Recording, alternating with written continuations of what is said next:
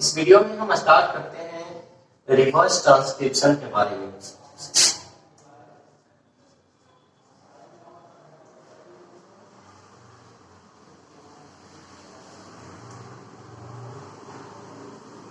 सबसे पहले ये देखते हैं कि रिवर्स ट्रांसक्रिप्शन है क्या। क्लियर? ट्रांसक्रिप्शन का मतलब तो आपको पता है क्या होता है। जब डीएनए मैसेंजर आरएनए का निर्माण करता है तो इस प्रोसेस को हम क्या कहते हैं? ट्रांसक्रिप्शन। ऐसा ही है ना? तो ध्यान दीजिए रिवर्स ट्रांसक्रिप्शन का मतलब क्या है। जैसे डीएनए अगर अपने जैसा नया डीएनए बनाता है या डीएनए की कॉपी बनती है तो इस प्रोसेस को हम क्या कहते हैं? इसे कहते हैं रेप्लिकेशन या डीएनए रेप्लिकेशन। ऐसा ही है। यही डीएनए अगर मैसेंजर आरएनए का फॉर्मेशन करता है तब हम इसे क्या कहते हैं? ट्रांसक्रिप्शन, है ना। और यही मैसेंजर आरएनए से जब प्रोटीन बनकर तैयार होता है तब हम इसे क्या कहते हैं? इसे कहते हैं ट्रांसलेशन। अब देखिए कुछ वायरस में इस तरह की घटना होती है कि डीएनए से आरएनए ना बनकर के क्या होता है? आरएनए से डीएनए का निर्माण हो जाता है। क्लियर? आरएनए से किसका निर्माण हो जाता है? डीएनए का निर्माण हो जाता है। तो ये प्रोसेस जो है वो सीधे उल्टा हो गया है। एक्चुअली होता कैसा है? आरएनए सॉरी डीएनए से आरएनए का निर्माण हो रहा है, लेकिन यहाँ पर क्या होता है कि आरएनए से डीएनए का निर्माण होता है। तो ये बिल्कुल उल्टा प्रोसेस हो जाता है और इसे हम कहते हैं क्या चीज? इसे कहते हैं रिवर्स ट्रांसक्रिप्शन, है ना। क्या कहते हैं इसे? Reverse transcription. अब देखिए ये क्यों परफॉर्म होता है ये समझिए। जैसे डीएनए में कोई इंफॉर्मेशन है, इस इंफॉर्मेशन को अगर एक्सप्रेस करना है, यानी कि इस इंफॉर्मेशन के बेसिस पर प्रोटीन या एंजाइम का फॉर्मेशन करना है जो कैरेक्टर को आगे मेंटेन करेंगे, तो ऐसा करने के लिए डीएनए अपने इंफॉर्मेशन को कहां भेजता है? मैसेंजर आरएनए के पास। और उस इंफॉर्मेशन के बेसिस पर किसका निर्माण होता है? प्रोटीन का। ऐसा ही होता है ना। और ये जो सीक्वेंस है इस तरीके से इंफॉर्मेशन का मूवमेंट आगे की तरह, इसी को कहते हैं सेंट्रल डोग्मा। क्लियर? क्या कहते हैं? Central dogma. अब कुछ वायरस में इस टाइप का बात क्यों होता है समझिए। जैसे मान लीजिए कि किसी वायरस में जेनेटिक मटेरियल डीएनए नहीं है, क्या है? आरएनए, है ना। तो जेनेटिक मटेरियल आरएनए है, इसका मतलब क्या है? इसमें भी जो उसका जेनेटिक इंफॉर्मेशन है वो इंफॉर्मेशन डीएनए में ना रह के किसके पास है? आरएनए में। ठीक है। और वो इंफॉर्मेशन को एक्सप्रेस कर पाएगा। एक्सप्रेस करने के लिए उसे भी प्रोटीन बनाने होंगे, तभी तो एक्सप्रेस कर पाएगा। तो इसके लिए क्या होता है कि ये आरएनए पहले क्या बनाता है? डीएनए बनाता है ना। रिवर्स ट्रांसक्रिप्शन के केसेस में दिखा रहे हैं। उससे पहले एक चीज और यहाँ पर समझ लीजिए कि रिवर्स ट्रांसक्रिप्शन को सबसे पहले जो है खोजा था किसने? तो दो व्यक्ति थे, टेमी एंड बाल्टीमोर। ठीक है। ये टेमी और बाल्टीमोर, ये दो व्यक्तियों ने मिलकर के सबसे पहले रिवर्स ट्रांसक्रिप्शन की खोज की थी, है ना। इस वजह से रिवर्स ट्रांसक्रिप्शन को टेमिनिज्म भी कहते हैं। क्लियर? इसे क्या कहते हैं? टेमिनिज्म भी कहते हैं। अब देखिए आरएनए किसका निर्माण किया? डीएनए का, है ना। और इस डीएनए से फिर क्या बनेगा? मैसेंजर आरएनए बनेगा और फिर मैसेंजर आरएनए से क्या बनेगा? प्रोटीन। क्लियर? तो यहाँ पर जेनेटिक मटेरियल आरएनए के केसेस में क्या हुआ? एक स्टेप एक्स्ट्रा हो गया। ऐसे जनरली क्या था? डीएनए से मैसेंजर आरएनए और मैसेंजर आरएनए से प्रोटीन, ऐसा ही था ना। लेकिन यहाँ पर एक एक्स्ट्रा स्टेप बन गया, है ना। और इसी को क्या कहते हैं? Reverse transcription. ठीक है। थोड़ा सा कैसे होता है इस सेल में देखते हैं, इसको समझने की कोशिश करते हैं। जैसे मान लीजिए कि होस्ट सेल है। क्या ये? Host cell. होस्ट का मतलब समझते हैं? होस्ट का मतलब ये है कि उस सेल का कोई इस्तेमाल कर रहा है या उसे प्रॉफिट ले रहा है। जैसे मान लीजिए कि मॉस्किटो आपके बॉडी को बाइट करती है और ब्लड को सक करती है ना। तो वो क्या कर रही है? आपके बॉडी से न्यूट्रिएंट अब्सॉर्ब कर रही है। ऐसा ही कर रही है ना, ब्लड के फॉर्म में वो न्यूट्रिएंट ले रही है। तो आपके बॉडी को हार्म हो रहा है, क्षति हो रहा है, नुकसान हो रहा है, तो आपका बॉडी क्या हो गया, हमारा बॉडी जो है वो होस्ट हो गया। क्लियर है?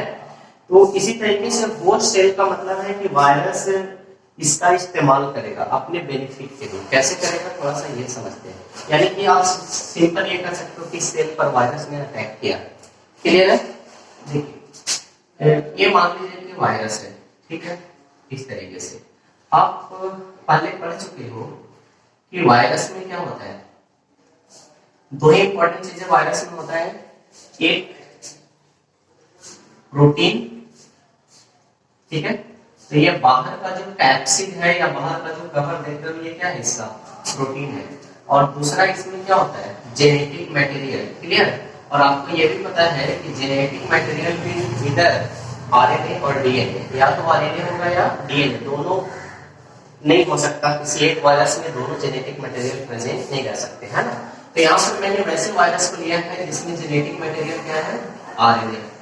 क्लियर हो रहा है? इसके बाद इसमें और क्या है, इसमें एक एंजाइम है, और इस एंजाइम को हम क्या कहेंगे, इसे कहेंगे रिवर्स ट्रांसक्रिप्टेज। ठीक है, क्या कहेंगे इस एंजाइम को, रिवर्स ट्रांसक्रिप्टेज, जिसकी वजह से ये क्या करेगा, रिवर्स ट्रांसक्रिप्शन को परफॉर्म करेगा। तो ये रिवर्स ट्रांसक्रिप्टेज क्या हो गया, ये एक तरह का हो गया एंजाइम। क्लियर है ना? अब देखिए, जब भी वायरस किसी होस्ट सेल के ऊपर या किसी सेल के ऊपर अटैक करता है तो ये क्या करता है, अपने जेनेटिक मटेरियल को अंदर इंट्रोड्यूस कर देता है। ठीक है, तो ये जेनेटिक मटेरियल को अंदर पहुंचा दिया और इसके साथ अंदर क्या है, एंजाइम। ठीक है, तो ये हो गया वायरस का आरएनए, और क्या आया, ये रिवर्स ट्रांसक्रिप्टेज एंजाइम, है ना। ये रिवर्स ट्रांसक्रिप्टेज एंजाइम, सही ना है, ये दोनों चीजें चला है। अब देखिए, जो होस्ट सेल है, इस होस्ट सेल के अंदर क्या होगा, डीएनए होगा ना, डीएनए होगा। देखिए, अब इसका भी न्यूक्लियर मटेरियल सारी चीजें होंगी। यहाँ पे ये वायरस क्या करता है, ये वायरस रिवर्स ट्रांसक्रिप्शन करता है। ठीक है, क्या करता है, यहाँ पे मैं शॉर्ट में लिख दे रहा हूँ, रिवर्स ट्रांसक्रिप्शन। हालांकि इस टाइप का कोई वर्ड नहीं होता है, लेकिन बस आपको समझने के लिए ये क्या है, रिवर्स ट्रांसक्रिप्शन है। और ऐसा होने से किसका निर्माण हो गया, डीएनए का निर्माण हो गया। क्लियर है? किसका निर्माण हो गया, डीएनए का। और ये इसका जो आरएनए है वो प्रेजेंट है। ठीक है, ये इसका आरएनए है। क्लियर? अब देखिए, ये डीएनए क्या करेगा,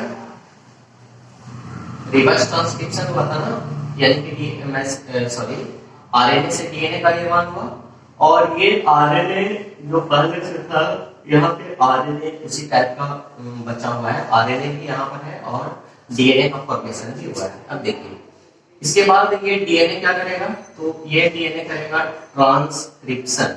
ठीक है, और ट्रांसक्रिप्शन करने से किसका निर्माण होगा, मैसेंजर आरएनए का। तो मान लो यहाँ पे इस तरीके से किसका निर्माण हो गया, मैसेंजर आरएनए का बन गए। अब क्या होगा मैसेंजर आरएनए में, आपको पता है।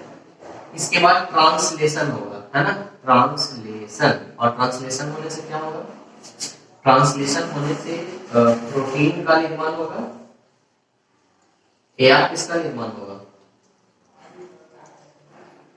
एंजाइम का निर्माण होगा। ठीक है, प्रोटीन का भी निर्माण होगा और किसका निर्माण होगा, एंजाइम का। ये चीजें सीक्वेंस क्लियर हो रहा है। पहले ये आरएनए रिवर्स ट्रांसक्रिप्टेड एंजाइम की हेल्प से डीएनए का फॉर्मेशन किया, फिर डीएनए से क्या बन गया, मैसेंजर आरएनए, मैसेंजर आरएनए से प्रोटीन और एंजाइम का फॉर्मेशन हुआ। इसके बाद क्या होगा, अब देखिए, प्रोटीन क्या करेगा, आपको पता है, प्रोटीन जो है वो वायरस, क्योंकि इस ये जो प्रोटीन बना है, ये प्रोटीन बनने के लिए इंफॉर्मेशन आया कहां से, वायरस के आरएनए से आया। ठीक है, तो जो प्रोटीन बनेगा वो वायरस के अकॉर्डिंग ही प्रोटीन बनेगा। तो यहाँ पर प्रोटीन बनेगा और ये प्रोटीन क्या करेगा, इसके कवर यानी कि इसके कैप्सिड का निर्माण करेगा। ऐसा ही होगा, बन गया ये कैप्सिड। अब इसके अंदर क्या होगा, एंजाइम। तो कौन सा एंजाइम बनेगा, आपको पता है, रिवर्स ट्रांसक्रिप्टेज एंजाइम। और यहाँ पर आरएनए जो है वो ऑलरेडी ढेर सा आरएनए इस टाइप से बन रहा है, फॉर्म हो रहा है ना। तो आरएनए की कोई कमी नहीं है, वायरस के आरएनए ऑलरेडी इसमें बन रही है। तो यहाँ पे ये वायरस का आरएनए इसका जेनेटिक मटेरियल हो गया। क्लियर है? अब देखिए फिर से जब रिवर्स ट्रांसक्रिप्शन होगा, फिर से क्या होगा, ट्रांसक्रिप्शन फिर से मैसेंजर आरएनए और फिर से प्रोटीन और एंजाइम, यही प्रक्रिया जो है कंटिन्यू वायरस इस सेल के अंदर जारी रखेगा।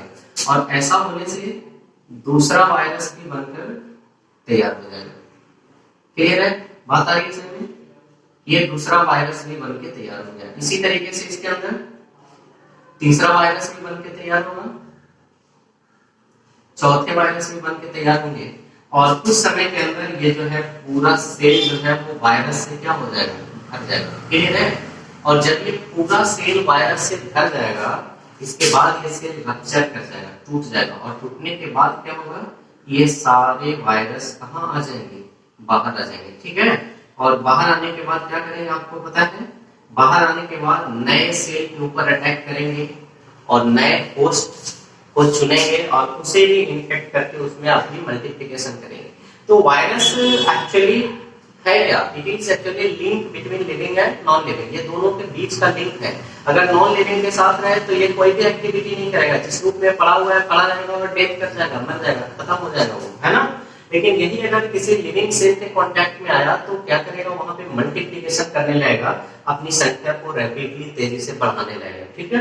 तो इस तरीके से वायरस जो है वो होस्ट सेल को यूज कर लेता है अपनी मल्टीप्लिकेशन के लिए, और लास्ट में होस्ट सेल को डैमेज करके सारे वायरस जो है वो इजीली बाहर आ जाते हैं, है ना। तो ये देखा आपने रिवर्स ट्रांसक्रिप्शन का मतलब क्या है, और रिवर्स ट्रांसक्रिप्शन क्यों करना पड़ता है वायरस को। क्योंकि अगर प्रोटीन बनने हैं या एंजाइम बनने हैं, है ना, तो उसके लिए जरूरी है कि क्या होगा, डीएनए से मैसेंजर आरएनए बने और मैसेंजर आरएनए से प्रोटीन बने। लेकिन जेनेटिक मटेरियल तो आरएनए है, तो पहले डीएनए बनाना होगा, और ऐसा होने की वजह से इसमें एक स्टेप जो है वो क्या हो जाता है, अधिक हो जाता है।